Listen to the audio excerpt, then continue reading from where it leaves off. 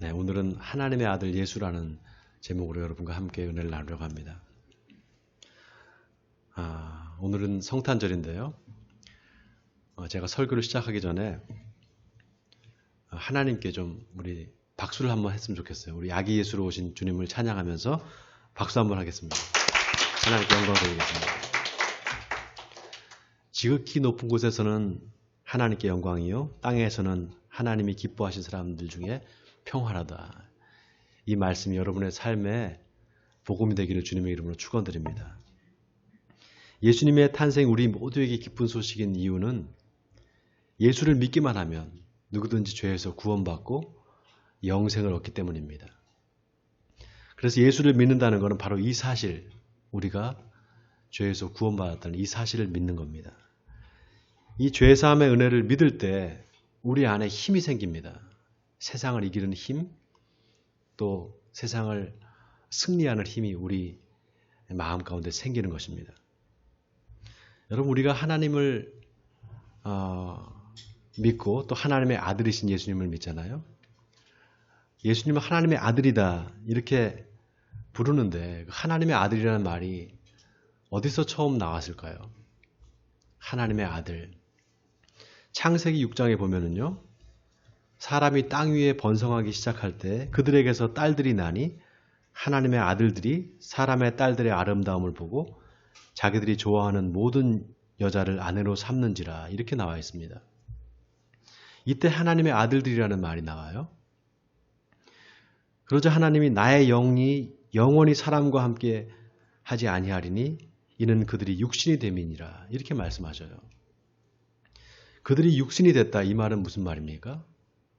그들이 하나님과 영적으로 교감하는 그런 능력을 상실해버리고 결국 육체가 되었다는 얘기입니다. 육체적인 존재, 영혼으로서 하나님과 교통할 수 있는 그런 원래 우리 인간의 그런 존재였는데 그런 능력을 상실해버리고 그냥 육이 됐다, 이 뜻입니다. 그러니까 하나님의 아들이라는 의미가 어떤 의미인가? 바로 하나님과 교감할 수 있는 그런 존재, 그런 존재를 하나님의 아들이다 이렇게 말할 수 있습니다. 자, 그 다음에 하나님의 아들이라는 말이 또 어디 나오는가 하면요, 바로 신약 성경 누가복음에 천사 가브리엘이 요셉과 정혼한 마리아한테 나타나서 네가 잉태하여 아들을 낳으니 이름을 예수라 하라, 이렇게 말하니까 마리아가 나는 아직 남자를 알지 못하는데 어찌 이런 일이 있을 수 있습니까? 라고 할 때 천사가 성령이 내게 임하고 지극히 높으신 이의 능력이 너를 덮으리니 이러므로 나실 바 거룩한 이는 하나님의 아들이라 일컬어지리라, 이렇게 말씀하세요. 이때 하나님의 아들이라는 말이 두 번째 나옵니다. 자, 여기 하나님의 아들이라 일컬어지리라, 이때 일컬어지리라라는 이 헬라어 동사가 켈레테스타이인데요. 영어로 하면은 will be called, 불려지게 되다. 이게 미래 완료 수동태입니다. 그러니까 불려지게 되다, 일컬어지다, 이거는 내가 하나님의 아들이다 이렇게 말하는 것이 아니라요, 남이 그렇게 부르게 될 거라는 겁니다. 여러분, 이게 굉장히 중요합니다. 대제사장과 장로들이 예수님을 신문할 때요, 네가 하나님의 아들인지 그리스도인지 우리에게 말하라, 이렇게 말을 합니다. 그러니까 예수님이 너희들이 내가 그라고 지금 말하고 있느니라, 이렇게 말하세요. 너희가 나를 그렇게 부르고 있지 않느냐, 이 뜻이죠. 그러니까 대제사장과 서기관들이 더 이상 무슨 증거가 필요하느냐, 그러면서 예수님을 본디오 빌라도한테 데려갑니다. 자, 여러분 보세요. 네가 하나님의 아들이냐 말해봐라. 만약에 전혀 그렇게 생각하지 않았다면 그렇게 말할 이유가 없잖아요. 그렇게 물어볼 필요가 없잖아요. 마음속으로 하나님의 아들이 아닐까 이렇게 생각하면서도 그걸 부정하는 겁니다. 여기서 우리가 한 가지 중요한 사실을 깨닫게 돼요. 그건 하나님의 아들이라는 이 말 자체가 금주된 말이라는 겁니다. 하나님의 아들이다 이렇게 일컬어지는 것 자체가 위험한 일이라는 거예요. 이 세상에서는. 여러분, 예수님이 십자가에 돌아가신 결정적인 이유가 뭐였는가 하면 바로 이 하나님의 아들이라는 말 때문이었습니다. 놀라운 게 예수님이 가다라 지방에 가셨어요. 갈릴리 호수에 이 가다라 지방이라고 이방인들이 사는 동네가 있었습니다. 거기 가셨을 때 무덤 사이에 귀신 들린 사람이 있었어요. 근데 그 귀신 들린 사람이 예수님을 보고 소리를 지르면서 뭐라고 하는가 하면은 하나님의 아들이여, 우리가 당신과 무슨 상관이 있습니까? 때가 이르기 전에 우리를 괴롭게 하러 오셨습니까? 이렇게 말합니다.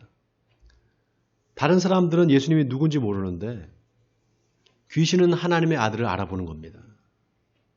이거는 뭘 말하는 겁니까, 여러분?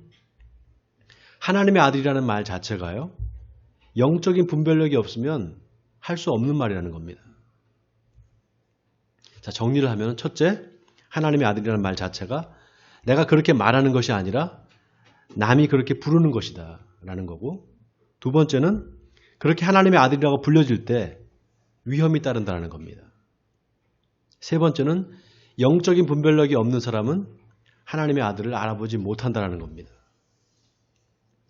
자, 오늘 우리가 읽은 본문은 누가가 예수님의 탄생을 기록한 내용입니다. 놀랍게도 다른 복음서와는 달리 누가는 예수님이 언제 태어났는지, 태어난 날짜를 역사적인 근거를 가지고 기록을 했습니다. 성경학자들이요, 예수님이 태어난 날을 언제로 추정을 하는가 하면은 약 AD 4년에서 5년 사이로 봅니다. AD 1년이 아니고요, AD 4년에서 5년 사이로 봐요. 어떤 근거로 그렇게 보는가 하면은 바로 오늘 본문 누가복음 2장 1절의 기록 때문입니다. 자, 1절을 보세요. 그때 가이사 아구스도가 영을 내려 천하로 다 호적하라 하였으니 이 호적은 구레뇨가 수리아 총독이 되었을 때 처음 한 것이라. 자, 여기 가이사 아구스도라는 사람이 나오죠. 이 가이사 아구스도는 누군가 하면은 바로 로마의 초대 황제였던 옥타비아누스입니다. 이 옥타비아누스는요, 로마의 제정시대를 연 사람인데요. 원래 로마가 원로원 중심의 공화정이었습니다. 여러분, 공화국이라는 게 뭔가 하면은 국민이, 나라의 주권이 국민한테 있는 것을 공화국이라고 합니다.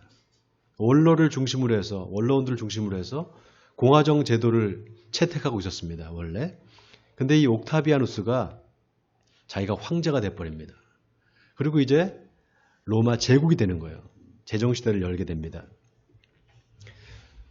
그런데 오늘 본문에 보면 아구스도라고 나와 있죠. 아구스도. 이 아구스도라는 말이 옥타비아누스의 별명인데요. 원래는 아우구스투스입니다. 아우구스투스. 이게 우리말로 번역을 하면은요, 존엄한 자, 신성한 자 이런 뜻을 갖고 있습니다. 의역을 하면은 신의 아들이다 이런 뜻이에요. 이 옥타비아누스, 가이사 아구스도가 자기를 그렇게 신성시했습니다. 신의 아들이라고. 그렇게 불리기를 원했어요. 자, 이 옥타비아누스가 다스리던 로마 그 시대를 팍스 로마나라고 합니다. 로마의 평화시대라고 그래요. 이때 바로 예수님이 이제 오시는 겁니다. 여러분, 우리가 예수님을 뭐라고 부릅니까? 평강의 왕이다 이렇게 부르잖아요. 평화의 왕이다 이렇게 부릅니다. 근데 그 평화의 왕이 팍스 로마나 로마 황제가 다스리던 그때에 이제 오시는 겁니다. 바로 이게 성경의 역설입니다. 세상의 주권자, 세상의 가장 큰 권력을 갖고 있는 사람, 그 밑에 예수님께서 태어나시는 거예요. 역사에 의하면 이 옥타비아누스가요, BC 31년에 로마 황제가 됩니다. 그리고 로마 제국을 세계에서 가장 부강한 나라로 만드는 작업을 합니다. 그 일환으로 호적법을 이제 시행을 하게 됩니다. 여러분, 호적을 왜 만들겠어요? 세금을 징수하기 위해서 호적을 만드는 거죠. 그 호적법이 언제 시행이 되는가 하면은, 자, 오늘 본문 2절에 구레뇨가 수리아의 총독이 되었을 때, 이때 시작이 됩니다. 그래서 오늘 본문 1절과 2절이요, 예수님이 언제 태어나셨는지를 알 수 있는 중요한 단서입니다. 이때가 AD 4년에서 5년 사이입니다. 자, 구레뇨가 수리아 총독으로 있을 때 호적법이 이제 유대 전역으로 시행이 되면서 모든 사람이 다 자기 출생지로 가서 이제 호적을 하게 됩니다. 자, 다 같이 오늘 본문 3절에서 5절까지 우리 같이 한번 한 목소리 읽어볼까요? 3절에서 5절까지 한 목소리 읽겠습니다. 시작. 모든 사람이 다 호적을 하기 위해 각각 고향으로 돌아가매 요셉도 다윗의 집 족속이므로 갈릴리 나사렛 동네에서 유대를 향하여 베들레헴이라 하는 다윗의 동네로 그 약혼한 마리아와 함께 호적하러 올라가니 마리아가 이미 잉태하였더라. 여러분, 원래 이 요셉과 마리아가 살던 곳이 저 북쪽에 나사렛이었습니다. 근데 호적을 하기 위해서 자기 본족지로 이제 올 수밖에 없는 거죠. 자, 그런데 오늘 본문에 요셉도 다윗의 집 족속이었다 이렇게 나와 있어요. 이스라엘 지도를 보면은 나사렛과 이 베들레헴 사이의 거리가 약 120km가 됩니다. 직선 거리로. 그러니까 실제 거리로 하면은 약 150km에서 160km가 돼요. 여러분, 서울에서 시속 160km로 차를 타고 가면은 대전까지 1시간에 갈 수 있어요. 그러니까 서울에서 대전까지 거리가 160km입니다. 이게 차로 가면 1시간인데 걸어서 가면 얼마나 걸릴까요? 걸어서 가면은요, 최소한 8일에서 9일이 걸립니다. 근데 여러분 한번 생각해 보세요. 마리아가 그때 예수님을 잉태하고 있었어요. 임신한 여자를 데리고 서울에서 대전까지의 거리를 간다고 생각해 보세요. 얼마나 그 먼 거리 힘들겠습니까? 차를 타고 가는 것도 아니고 아마 나귀를 타고 갔을 거라 그러는데 어떤 학자들은 나귀도 없이 그냥 걸어갔을 거라고 말합니다. 아마 보통 사람보다 2배는 더 시간이 걸렸을 겁니다.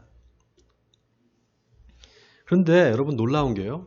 당시 로마의 호적법은 굳이 그 출생지로 가지 않아도 자기가 사는 곳에서 얼마든 등록을 할 수가 있었어요. 그런데 왜 굳이 요셉과 마리아가 그 임신한 자기 부인을 데리고 말이죠. 요셉이 거기까지 갔을까요? 학자들에 의하면 요셉이 굳이 베들레헴까지 간 이유가 유대의 호적법을 따르기 위해서라고 말합니다. 유대인들의 호적법이 있었다는 거예요. 근데 그 유대인의 호적법은 반드시 출생지로 가서 등록을 해야 된답니다. 근데 로마가 공권력을 가지고 이렇게 명령을 하니까 유대인들이 자존심이 있어가지고 우리가 자발적으로 하는 거다 이렇게 보여주기 위해서 그렇게 했다라는 거예요. 어떤 학자는 요셉만이 아니라 마리아도 다윗의 자손이기 때문에 같이 갈 수밖에 없었다 이렇게 말합니다. 자, 아무튼 먼 길을 걸어서 이 부부가 베들레헴까지 도착을 했어요.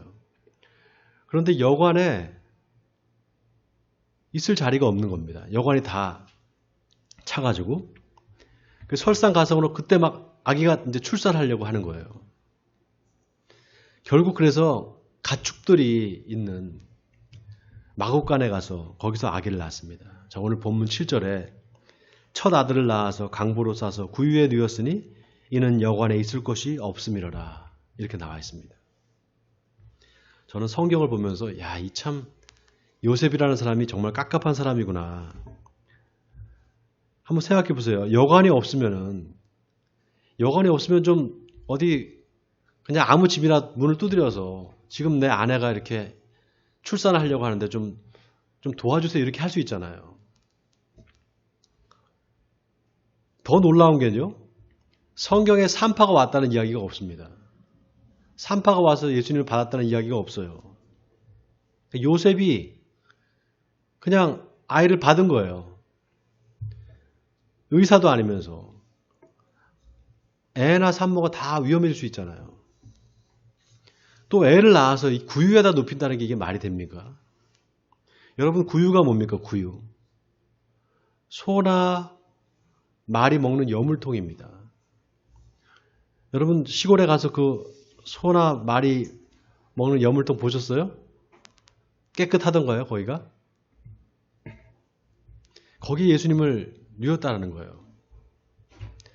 세상에 하나님의 아들이 세상에 오셨는데 어떻게 이렇게 불쌍하고 이렇게 초라하게 이렇게 태어날 수 있냐 말이죠.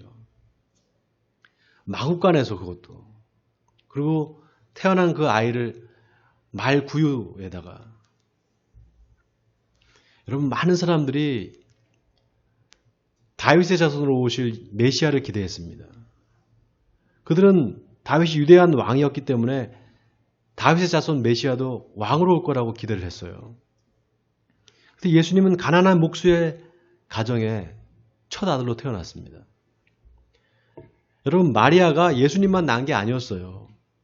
마리아와 요셉이요, 예수님을 낳고 난 다음에 동생을 낳았습니다.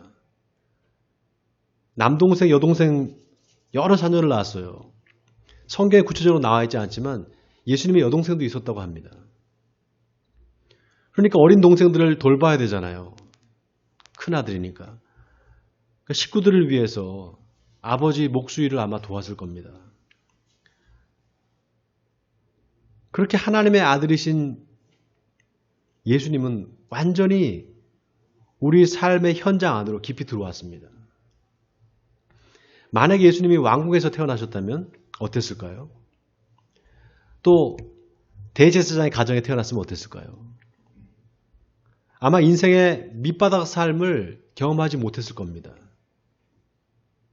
그러나 하나님은 예수님을 세상에서 가장 비천하고 가난한 가정에 태어나게 하셨어요. 가난하고 힘든 사람들의 삶을 직접 경험하게 하셨습니다. 여기에 하나님의 섭리가 있습니다. 여러분, 생각해 보면은 예수님은 태어나기 전에 태중에 있을 때부터 이미 위험에 처해 있었습니다. 당시 유대교의 이 결혼이라는 거는요, 먼저 남편과 아내가 정혼을 합니다. 그 다음에 약 1년 후에 결혼식을 올려요. 그 정혼 기간 동안에 아내가 부정을 저지르거나 그래서 문제가 되면 이 결혼이 이제 파혼이 됩니다. 파혼이 되면 어떻게 되느냐? 그 여자를 재판에 넘기게 돼요. 만약에 부정한 짓을 했으면. 여자가 결백을 주장하지 못하면, 입증하지 못하면 돌에 맞아 죽는 겁니다. 아마 그래서 이 호적을 하기 위해서 베들레헴으로 간 게 나사렛에 계속 있다가는 잘못하면 자기 아내 마리아가 위험해질 수도 있다는 생각에 잘됐다 이때다 하고 베들레헴으로 도망갈 수도 있습니다. 어떤 학자는 그렇게 말합니다. 또 태어나던 날에 어떻습니까? 여러분, 헤롯이 예수님이 태어났다는 소식을 듣고 베들레헴 근처에 있는 2살 밑에 어린아이를 다 죽여버립니다. 그걸 피해서 예수님과 예수님의 어머니 마리아와 요셉이 애굽으로 도망을 가잖아요. 150km, 160km를 걸어와서 이제 막 해산을 했는데 또다시 애굽으로 도망을 가야 되는 거예요. 이런 기가 막힌 상황이 어디 있습니까? 여기서 우리가 한번 생각을 해봐야 돼요. 하나님의 아들이라는 게 도대체 우리에게 어떤 의미냐는 겁니다. 하나님의 아들. 하나님의 아들이면 좀 편안하게 안정된 삶을 살아야 되는 거 아닌가요?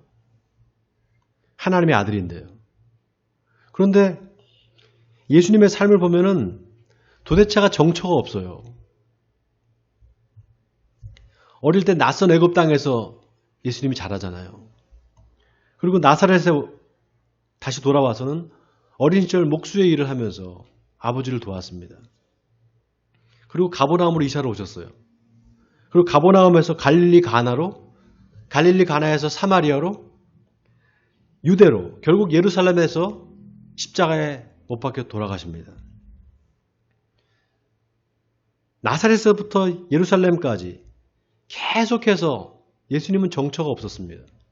계속해서 다니셨어요. 33년을 편하게 살지를 못했습니다. 도대체가 안정이나 평안한가면 거리가 먼 삶을 사셨어요. 오죽하면 예수님께서 새도 자기 집이 있는데 인자는 머리 둘 곳이 없다 이렇게 말씀하셨겠습니까? 그런데 예수님은 자신의 삶을 부끄러워하지도 않으셨어요. 예수님의 제자들이 예수님을 쫓아왔단 말이죠.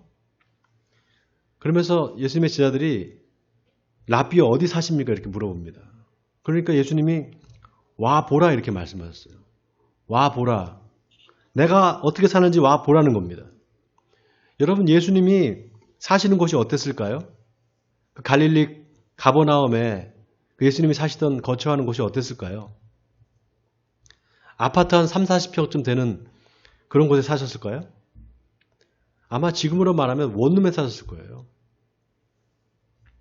하나님의 아들인데, 천지를 창조하신 분인데, 그 천지를 창조하신 하나님의 아들이 왕궁에 사셔도 시원치 않는데, 초라한 곳에 사시는데 전혀 거기 개의치 않으셨다는 겁니다. 하나도 부끄러워하지 않으셨어요. 왜냐? 거기에 큰 가치를 두지 않았기 때문입니다. 놀라운 건 예수님이 산에 올라가셔서 팔복의 말씀을 하시잖아요. 그 중에 7번째 말씀이 있어요. 화평케 하는 자는 복이 있나니 그들이 하나님의 아들이라 일컬음을 받을 것이라고. 여러분, 이 말씀 기억하시죠? 이 말씀을 화평케 하기 위해서 자신을 하나님께 드리는 그 화목제물로 자기를 드리는 사람, 그 사람이 바로 하나님의 아들이라 일컬음을 받게 된다, 이 말입니다. 그 말씀하시고 예수님은 당신이 말씀하신 대로 자신의 몸을 세상과 하나님 사이에 막힌 담을 허는 화목제물로 내주십니다. 예수님이 십자가에 달려 다 이루었다고 말씀하시고 마지막 숨을 거두실 때 예수님의 사형을 집행했던 로마의 백부장이 뭐라고 말합니까? 이는 참으로 하나님의 아들이었도다. 이렇게 고백을 합니다. 이 로마의 백부장의 고백이야말로 하나님의 아들이 갖는 의미가 뭔지를 정확하게 보여줍니다. 사랑하는 성도 여러분, 복음서에 보면 예수님이 공생애를 시작하시면서요, 40일 동안 광야에서 마귀의 시험을 당합니다. 그때 마귀가 예수님한테 와서 네가 하나님의 아들이라면 이 돌을 떡으로 만들어 먹어보라. 그때 예수님이 사람이 떡으로만 살 것이 아니라 하나님의 입에서 나오는 모든 말씀으로 살 것이니 이렇게 말씀하셨잖아요. 또 마귀가 예수님을 거룩한 성으로 데려가서 성전 꼭대기에 세워놓고선 거기서 뛰어내려 봐라. 네가 하나님의 아들이면 이 성전 꼭대기에서 뛰어내려 봐라. 하나님의 아들이 맞다면 하나님이 천사를 시켜서 네 발을 부딪히지 않게 해줄 거다. 이 말은 종교의 이름으로 기적을 행해보라는 겁니다. 성전 꼭대기에서 떨어진다고 생각해 보세요. 근데 천사들이 와서 받아준다고 생각해 보세요. 아, 하나님의 아들이 맞구나 이렇게 말하지 않겠습니까? 그때 예수님이 뭐라고 하셨습니까? 주 너의 하나님을 시험하지 말라 이렇게 말씀하셨어요. 또 마귀가 세상의 만국의 영광을 보여주면서 나한테 절을 해봐라. 그러면 이 모든 것을 너한테 주겠다. 그때 예수님이 뭐라고 말씀하셨습니까? 주 너의 하나님께만 경배하고 다만 그를 섬기라. 여러분, 이거 뭘 말하는 겁니까? 하나님의 아들이라는 것은 도대체 어떤 사람이냐? 이거를 말해주는 겁니다. 하나님의 아들은 떡으로만 사는 사람이 아니라는 겁니다. 하나님의 아들은 하나님의 말씀으로 산다는 겁니다. 또 하나님의 아들은 종교의 이름으로 기적을 행하는 자가 아니라는 겁니다. 하나님의 아들은 세상의 부귀영화를 쫓아서 물질의 종으로 사는 사람이 아니라 하나님만을 경배하는 하나님의 자녀다. 하나님만을 섬기는 사람, 그 사람이 하나님의 아들이다라는 겁니다. 여러분, 아멘입니까? 사랑하는 성도 여러분, 여러분의 마음에 하나님의 나라가 있습니까? 하나님의 나라가 있습니까? 하나님의 말씀이 여러분의 삶을 움직이고 있습니까? 그 말씀이 내 마음에 이루어지기를 간절히 원하고 있습니까? 그럼 이미 여러분의 마음에 하나님의 나라가 임한 겁니다. 저 천국에 올라가면은 대궐 같은 집이 있고 온갖 보석으로 장식된 멋진 집이 준비되어 있을 거야. 여러분, 그건 하나님의 나라가 아닙니다. 천국에 가면 예수님을 볼 수 있다. 그거 하나만 생각하면 내 기분이 좋아지고, 그거 하나만 생각하면 내 마음에 기쁨이 가득한 거, 그게 천국입니다. 그게 하나님의 나라입니다. 천국에 가서 예수님만 있으면 되지 뭐가 더 필요합니까? 저는 잘 모르겠습니다. 천국에 가서 그렇게 좋은 집이 필요할까? 예수님이 세상에 처음 존재를 드러내셨을 때 세상은 그를 하나님의 아들이라고 불렀습니다. 그런데 놀랍게도 대제사장과 장로들은 그 하나님의 아들을 죽이려고 했습니다. 결국 십자가에 못 박아 죽였습니다. 사랑하는 성도 여러분, 기독교의 가장 핵심적인 진리는 하나님의 아들을 믿는 사람은 하나님의 자녀가 된다는 것입니다. 여러분 이거 아멘입니까? 하나님의 자녀가 된다 이 말은 하나님의 아들이 되고 하나님의 딸이 된다는 거잖아요. 여러분 제자들이 예수님께 기도를 가르쳐달라고 부탁을 할 때 예수님께서 가르쳐 주신 기도가 있죠? 그게 뭐예요? 주 기도문이죠? 어떻게 시작됩니까? 하늘에 계신 우리 아버지요. 이름이 거룩히 여김을 받으시오며. 하늘에 계신 우리 아버지요. 하나님이 내 아버지가 되시고 내가 하나님의 아들이 된다는 거잖아요. 이 선언이야말로 기독교의 가장 핵심적인 진리입니다. 그리고 이것은 예수님께서 이 땅에 오신 목적이기도 합니다.